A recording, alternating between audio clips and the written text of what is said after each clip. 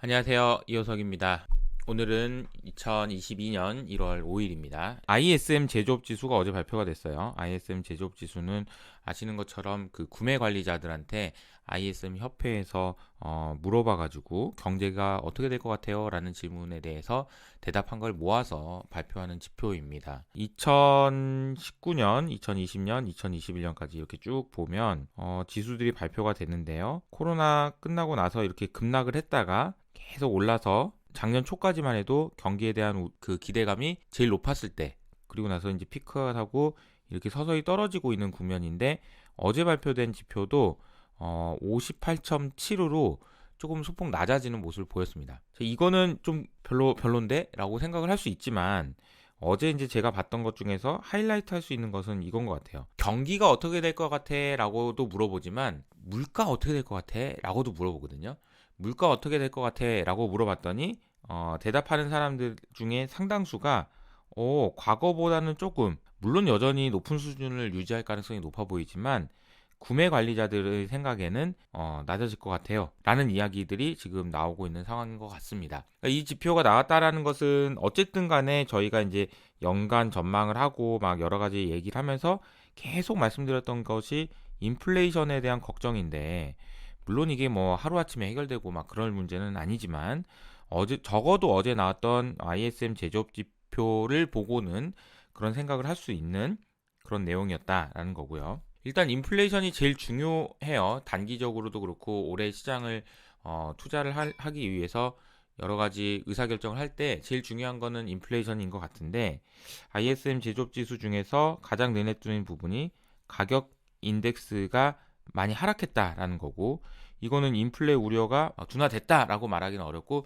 둔화될 수도 있다라는 기대가 커지고 있다, 이렇게 정리하면 될 것 같고요. 그렇다면은 최근에 시장에서는 3월에도 조기 임상 가능하다라는 우려가 있었다라는 걸 반영하면 어쨌든 지금 시장 전체적으로는 긍정적인 거 아닌가, 이런 생각을 하고 있습니다. 어제 그래서 다우 같은 경우에도 반등을 할 수 있었던 이유도 그런 게 아닌가. 긴축에 대한, 실제로 그런가 봤더니 실제로도 좀 그랬어요. 채권 시장에서 나타나는 여러 가지 신호 중에서 이거는 이제 장기 금리하고 단기 금리 이렇게 나눠봤을 때요. 장기 금리는 제가 늘 말씀드리는 대로 경기를 반영한다고 얘기했고, 단기 금리는 연준의 기준금리 방향을 반영한다고 얘기했는데, 장기 금리는 어제 올랐고요. 단기 금리는 어제 빠졌습니다. 이것도 사실은 어제 하루 동안의 움직임만 가지고 막 이렇게 보기는 어렵지만, 적어도 이 10년 금리에서 2년 금리를 뺀 이 지표가 적어도 어제만큼은 이렇게 계속 올라가다가 이게 내려왔고, 이게 이제 점점 내려가다 0까지 내려가면 그때는 좀 고민해야 된다라고 말씀드렸는데, 다행스럽게도 어제는 이렇게 올라갔습니다. 올라갔다는 얘기는 뭐냐면 10년물 금리는 올랐는데 2년물 금리는 빠졌다는 거예요. 자, 그러면 단기 금리가 빠졌다라는 얘기는 이런 식으로 해석을 할 수 있다는 얘기입니다. ISM 제조업 지수의 가격 지표 보고, 그리고 다양한 신호들을 보니까 인플레가 그래도 잡힐 수 있을 것 같다 라고 사람들이 생각하니까, 그러면 기준금리 조금 덜 올려도 되는 거 아니야? 엄청 빨리 올릴 거라고 생각하고 3번, 4번 막 올릴 거라고 생각했는데 그 정도는 아닌 거 아니야? 라는 생각이 반영된 거고, 그리고 또 장기금리가 오른 거는 어쨌든 경기에 대한 기대감은 여전히 유효하다는 거니까 시장에 대해서는 전체적으로는 긍정적인 거예요. 근데 이 그림을 보시는 것처럼 이거는 어제 장중에 빠진 거여가지고 이것보다는 회복을 했죠. 나스닥, 그러니까 테슬라는 어제 한 13% 정도 올랐다가 한 4%대에서 마감을 한 것 같고요. 애플 전반적으로 이게 기술주들이 많이 하락하다 보니까 아마 투자분들의 심리적으로는 뭐야 이거 좀 왜 이래 이렇게 생각하실 수도 있지만, 제가 보기에는 그냥 시장에는 나쁜 신호는 아니었다. 적어도 미국 시장에는 그런 생각을 좀 하고 있습니다. 미국에서는 지금 확진자 수가 지금 100만 명을 돌파했다는 소식이 들립니다. 근데 이게 내용을 보니까 아마 좀 그 연휴 기간을 전후로 해가지고 뭐 좀 이슈가 있었던 것 같아요. 그리고 여전히 사망자 수가 이렇게 증가하는 것 같진 않아요. 그리고 남아공 같은 경우에는 좀 빠르게 올라갔다가 빠르게 내려가는 모습도 보였으니까 이 기대감도 있는 것 같습니다. 그러니까 어제 이제 시장의 반응 한마디로 표현하면 코로나19 영향에서 벗어날 수 있다는 기대는 여전히 유효한 가운데, 물가에 대한 우려가 조금 완화됐던 것이 이런 색깔의 모양을 보여준 게 아닌가라는 생각을 하고 있습니다. 자, 정희석 이사님 연결하는 걸로 하겠습니다. 바로 네, 시작하겠습니다. 어제 시장 간단하게 이제 업종별 흐름 보면은 아까 다 말씀해 네, 주셨잖아요. 어제는 나스닥 기술 성장주들이 전체적으로 여전히 금리 상승에 대한 우려 때문에 많이 많이 조정받았습니다. 조정받았어요. 조금 조정받은 게 아니고 개별 종목단으로 보면은 굉장히 많이 조정받았다라고 보시면 될 것 핀도도 같습니다. 뭐 JD.com 이런 거는 많이 빠졌네. 10% 빠졌네요. 예, 네, 중국 ADR은 뭐 다른 이슈도 있긴 음, 했는데 전반적으로 뭐 소프트웨어 기업들, 뭐 헬스케어 쪽에서도 뭐 바이오테크 이런 우리가 흔히들 비싸다고 이야기되는 종목들의 조정세가 계속 이어지고 있는 흐름이라고 보시면 될 것 같고 상대적으로 뭐 밸류 스탁이라고 불리우는 뭐 금융주라든지 뭐 에너지, 산업재 이런 전통에 가까운 종목들은 상대적으로 좀 많이 음, 좋았다가 어제 시장의 이제 간단한 네, 썰머리입니다. 그리고 어제 시장을 놓고 봤을 때 주인공은 포드였습니다. 음, 미국을 대표하는 이제 자동차 기업이죠. 전통 완성차 메이커인데 포드가 어제 주가가 11% 음, 정도 올랐던 걸로 제가 종가를 못 맞아요. 봤는데 그 정도 올랐습니다. 올랐어요. 그래서 네, 예, 급격하게 올랐는데 어제 완성차 메이커들 전체적으로 뭐 시장 분위기 속에서 다 좋았는데 포드는 또 좋은 뉴스가 하나 음, 있었어요. 포드가 지금 전기차를 준비하고 있는 것 중에서 가장 기대를 걸고 있는 게 픽업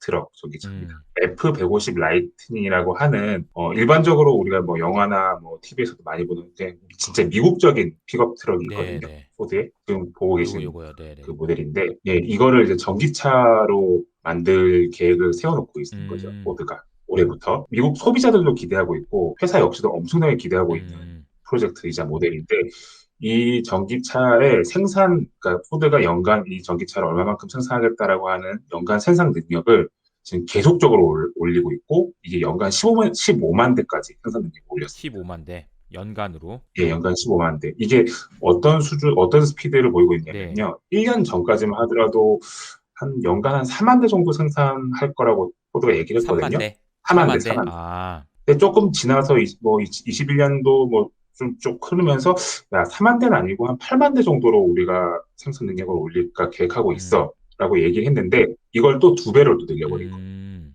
그러니까 4만 대에서 두 배로 늘리고 또 8만 대에서 또 두 배 늘려서 15만 대까지 음, 우리가 생산할 거다라고 이야기를 해서 시장에서는 뭐 테슬라 이외의 전통 완성차 업체들도 전기차 사업 잘 할 수도 있겠는데? 어. 라는 기대감을 가졌다라고 보시면 될 것 특히나 같고요. 픽업 트럭 같은 경우에는 그게 진짜 미국에서 정말 많이 쓰는 차잖아요. 맞죠. 예, 어, 정말 미국적인 차고 사실 이 테슬라의 사이버 트럭이 사실 이 영역을 전기차로서 트라이하고 있는 제품인데 이제 포드가 이제 치고 나오고 있는 거죠. 그래서 댓글에 지금 엄청 멋지게 생겼네요. 라고 얘기해 주시는 분도 있고 한데, 그러니까 어쨌든 이 예, 부분에 대한 기대감들이 포드의 주가를 올렸다라고 보면 되겠네요. 맞습니다. 최근에 뭐 리비안 같은 경우도 이런 픽업 트럭 기대감 때문에 시장에서 관심을 많이 가졌는데 어쨌든 이런 픽업 트럭이 전기차화 된다라는 이분이 최근에 트렌드인 음, 거고 포드가 이렇게 연간 생산 능력을 올리는 거 크게 두 가지 의미가 네. 있는데 그냥 첫 번째는 그냥 그러니까 직관적으로 수요가 너무 좋다라는 음, 부분이고 두 번째가 서플라이 체인 문제가 그래도 좀 풀린 거 아니야? 음, 라고 하는 힌트도 얻을 수 있습니다. 음, 포드가 이 F150 라이트닝 모델을 선주문을 쭉 받아서 20만 대 정도 선주문을 받아놨는데 최근에 선주문을 안 받겠다라고 얘기했거든요. 음, 왜 그랬냐면은 지금 서플라이 체인 이슈가 음, 있어가지고 우리가 좀 공정단에서 좀 문제가 생겼어. 그래서 선주문 좀 잠시 못 받을 것 같아라고 얘기했어요. 음, 근데 이게 풀린 것 같아요. 지금 봤을 때. 음, 오히려 더 생산 능력을 늘리겠다라고 하는 것은 이런 그러니까 서플라이 체인 단에서의 문제를 좀 많이 해결한 게 아닌가 음. 하는 부분. 이 부분도 좀 이렇게 좀 고민을 해봐야 될 부분인 것 아, 같습니다. 그렇군요. 이게 그런 의미가 있을 수 있겠네요. 예, 저희 댓글창에 예약은 받고 예약을 안 받는다고 하던데 생산할 수 있냐 이건데, 오히려 거꾸로 생각해 보면 이걸 예, 늘렸다는 거는 공급망 우려가 해소되면서 예약을 또 예. 다시 받을 수도 있겠다 이런 생각도 하게 되네요. 예약을 다시 받기로 음, 했고요. 이제 생산은 22년 봄부터 생산하는 걸로 22년 봄부터. 런칭하는 걸로. 예, 네네네. 예. 여기 네네. 보시면은 음, 가격도 이렇게 블로그 이런 데서 나온 게 있어서요. 밑에 가격도 화면 내려주시면은 가격이 나와서 네네네. 알겠습니다. 참고하시면 될 것 네. 같습니다. 그래서 이게 지금 전기차 영역에서도 이런 전통 완성차 업체들이 반격에 나서는 모습을 좀 보이고 음, 있고, 근데 물론 뭐 생산 능력 이런 연간 캐파 이런 거 따지면 테슬라는 아직도 여전히 비교는 안 음. 됩니다. 테슬라는 100만 대가 넘어가는 포드가 한 거잖아요. 내년에 한 15만 대 정도 예상한다면 테슬라는 거의 200만 대 정도 얘기하고 있거든요. 그런 상황이라서 비교는 안 되지만 어쨌든 반격에 이제 실타래 정도는 풀어가고 있는 거 아닌가라는 느낌이 들고요. 네. 자율주행, 발음이 좀 꼬이네요. 영역에서도 음. 이런 흐름이 조금씩 나타나고 있습니다. 자율주행에서도. 자율주행도 예, 사실 테슬라가 음. 압도적으로 잘하고 있는 부분이긴 하지만 지금 이번 CES에서도 그렇고 지금 뭐 벤츠라든지 또 포드라든지 음. 자기들이 자율주행 레벨 3, 레벨 4를 올해 내년에 좀 트라이 해보겠다라고 하는 얘기들을 많이 하고 있거든요. 음. 일본의 토요타 같은 경우에도 얘네들은 조금 더 공격적으로, 이 기업은 공격적으로, 아예 우리 이거 테슬라처럼 소프트웨어나 하드웨어도 우리가 직접 자율주행을 위해서 직접 구축해볼까라는 얘기도 하고 있습니다. 음. 그래서 최근에 특히 벤치 뉴스를 많이 보실 건데, 네. 최근에 이런 전통 완성차 업체들이 자율주행과 관련된 다양한 뉴스를 내고 있고, 이제 도전을 하려고 음. 한다. 올해 음. 내년에 음. 한번 음. 해보겠다라고 하는 얘기가 많이 나와서요. 최근에 좀 뭐 테슬라 이외에 약간 이런 전통 메이커들의 이런 신사업 흐름도 좀 빨라지고 있다라는 부분까지 좀 말씀드릴 수 있을 것 같습니다. 알겠습니다. 포드 예. 뉴스를 전해 주셨고요. 그리고 뭐 아까 중국 기업들 뭐 핀도도 이런 기업들 많이 급락했다라고 말씀해 네, 네. 주셨잖아요. 이유가 있었고요. 매각을 했어요. 일부 매각. 아. 원래 텐센트가 한 21% 정도 가지고 있었는데 이거를 한 3% 정도 팔아서 한 13% 정도 팔았거든요. 음. 텐센트가 이제 지분을 이 C 리미티드의 지분을 조금 낮은 가격으로 좀 팔았다라고 하는 뉴스가 나오면서 음. C 주가가 어제 하루 만에 11% 급락을 했고요. 음. 그러다 보니까 텐센트가 그동안 해놓은 회사가 굉장히 많잖아요. 네. 그 텐센트의 투자를 받은 기업들 역시도 핀도도 대표적으로 핀도도 뭐 음. 빌리빌리 이런 음. 기업들 같이 역시도 빠졌구나. 80%씩은 다 그래서. 빠졌습니다. 예, 다 같이 빠졌습니다. 그래서 중국 ADR과 같은 경우에는 이러한 좀 개별 이슈도 좀 있었다고 보시면 될 것 같고 최근에 알리바바가 뭐 웨이보를 매각한다라는 이슈도 음. 있었고, 전체적으로 이제 중국의 이제 플랫폼 기업들, 인터넷 기업들이 지금 정부의 견제도 굉장히 많이 받고 있고, 독과점에 대한 그런 문제도 해결을 해야 되기 때문에 사업 포트폴리오, 투자 포트폴리오의 변화를 굉장히 많이 꾀하고 있구나라고 하는 부분이 이런 부분에서 좀 나타나고 있는 것 아, 같습니다. 근데 이게 얘는 그래서 C는 이렇게 많이 빠졌는데도 불구하고 텐센트가 그래도 파는 거 보면 약간 시그널링 이펙트가 있었나 보다. 그리고 이렇게 좀 팔아서 생긴 돈을 가지고 또 앞으로 어디에 투자를 할지에 대한 부분도 한번 저는 고민을 해볼까 생각하고 있습니다. 물론 거꾸로. 중국 네. 정부의 견제가 워낙 심하기 음. 때문에 뭔가 이제 새로운 사업에 대해서 얼마만큼 이제 공격적으로 이제 중국 기업들이 투자를 할 수 있을지는 좀 역시도 고민해봐야겠지만 한 번은 좀 생각해볼 만한 이슈가 아닐까라도 좀 생각하고 있습니다. 알겠습니다. 마지막으로 ASM. 네. 어제 네. ASMR 화재 얘기를 잠깐만 드리겠습니다. 어제 전체적으로 기술 성장률이 다 안 네. 좋았는데 반도체 기업들 중에서 크게 두 부류의 반도체 기업들이 음. 올랐어요. 약간 오른 반도체 기업들이 어떤 기업들이냐면요. 아날로그 반도체, 뭐 로직 반도체 음. 음. 업체들 중에서 전기차와 관련된 비즈니스를 좀 하고 있는 반도체 기업들이 살짝 올랐고 음. 대표적으로 뭐 NXP 이런 기업들이 있겠죠. 네. 그리고 어제 눈에 띄었던 기업은 TSMC입니다. TSMC, 단연 반도체 기업들 음. 중에서는 3.5% 정도 주가가 올랐다라고 확인하실 수 있을 것 같고, 뭐, 다양한 이유가 있겠지만, 눈에 띄는 이유 중에 하나는 ASML 독일 공장에 불이 났다라는 부분인 거죠. 음. ASML 하면은 지금, 노광 장비, 반도체 공정 중에서 이제 노광 공정에 들어가는 장비 점유율을 전 세계적으로 84%의 점유율을 가지고 있는 기업이다라고 보시면 될 것 같고요. 특히 우리가 뭐 3나노, 5나노니 뭐 7나노니 하는 미세화가 관련됐을 때 가장 핵심 장비라고 알려져 있는 EUV 음. 장비 쪽에서는 독점하고 있다고 보시면 될 것 같습니다. 네, 네. 그래서 많이들 아시지만 ASML에 EUV 장비가 없으면은 아예 반도체 기업들이 미세화를 못한다라고 보셔도 되는 중요한 기업인데 이 기업의 공장에서 불이 났으니까 음. 이거 어떻게 되는 거야? 라고 걱정들을 많이 하시는 것 같아요. 음. TSMC, 삼성, 인텔 등의 이제 파운드리 기업들이 앞으로 계속 미세화를 해나가야 되잖아요. 그쵸. 5에서 3, 뭐 2만 계속적으로 해나가야 되고, 이를 위해서는 ASML의 EUV를 계속적으로 누가 먼저 뛰어가서 장비를 달라고 윗돈까지 줘가면서 이렇게 외쳐야 되는 음. 상황인데, 그 공장에서 불이 났으니, 이거 그 반도체 공급 사이드, 그러니까 파운더리 공급 사이드에서 좀 문제가 생기는 거 아니야라고 하는 우려가 좀 최근에 좀 한 하루 이틀 사이에 약간 생겼던 것 같고요. 음.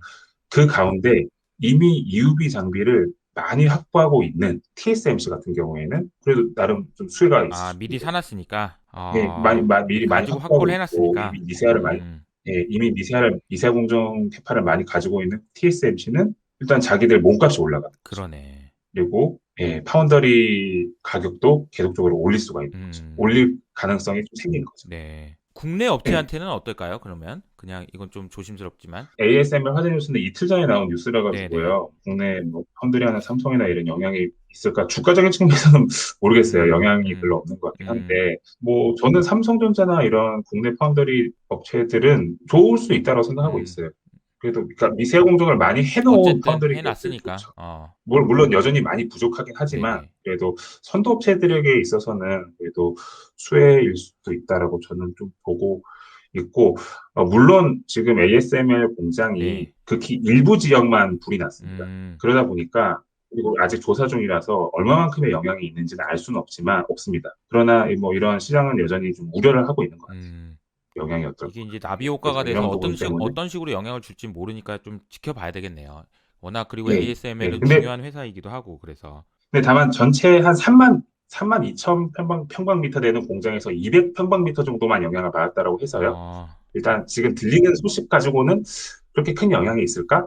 라는 정도의 음. 예, 음. 느낌입니다. 알겠습니다. 어쨌든 여기서 불이 네, 났다고 엄청난. 해서 어떤 식으로 파급 효과가 네, 미칠지 지켜봐야 될 것 같다는 생각이 듭니다. 예, 준비해 주신 감사합니다. 건 여기까지고 정혜석 이사님이 정리를 해주셔가지고 중요한 이슈들이 좀 커버가 많이 된 것 같습니다. 마무리하도록 할게요. 당신이 효친이라는 것이 항상 자랑스러울 수 있도록 끝까지 초심 잃지 않고 최선을 다하겠습니다. 감사합니다.